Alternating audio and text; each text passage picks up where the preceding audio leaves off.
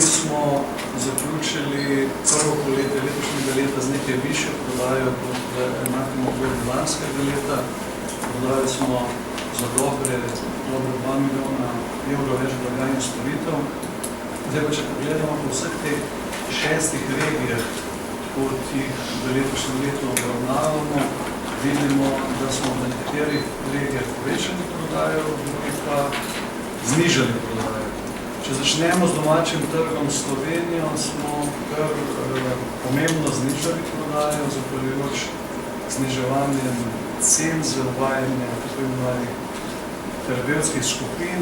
Kot vidite, tukaj je skoraj 5 milijonov evrov nižja prodaja, kar je bilo razveseljujoče v prvem polletju letošnjega leta in morda to, da so Terme Krka beležile nekaj večjo prodajo v enakem obdobju lanskega leta, ampak seveda osnovna dejavnost je farmacevtsko-kemijska dejavnost, tudi v Republiki Sloveniji, ki je ključna. Mi nekako računamo, da so se cenovne razmere, cenovne pritiske v Sloveniji umirili, tako da v naslednjih obdobjih takih pritiskov, kot so bili v zadnjih letih in pa v začetku tega leta ne bo več.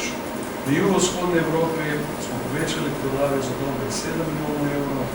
Tukaj je ključno vlogo odigralo največje tržišče, to je Romunija.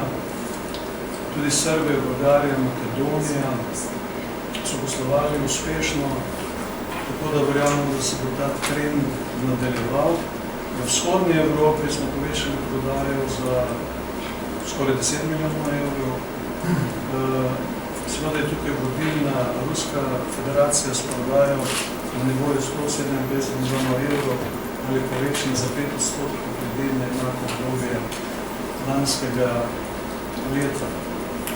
Seveda tudi v večini ostalih držav bivše Sovjetske zveze beležimo rast prodaje, nekaj manjša prodaja v višini 2 in 3 milijoni evrov je bila zabeležena v Ukrajini. Srednja Evropa zmanjšanje, znižanje prodaje glede na enako obdobje lanskega leta, predvsem na Češkem in pa v manjši meri na Madžarskem, in na ostalih trgih smo v glavnem rastli, predvsem je seveda tudi ključno, drugo največje tržišče za nas to je Poljska, za katerega moram reči, da se v zadnjem letu zelo dobro drži.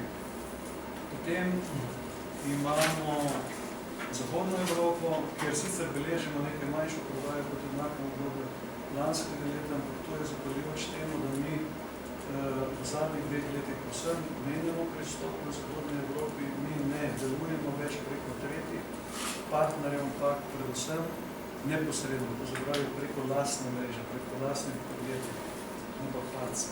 Čezmorska tržišča, to je manjša regija, ki smo uvedli v začetku letošnjega leta, pa praktično ostaja skoraj na lanskoletnem nivoju.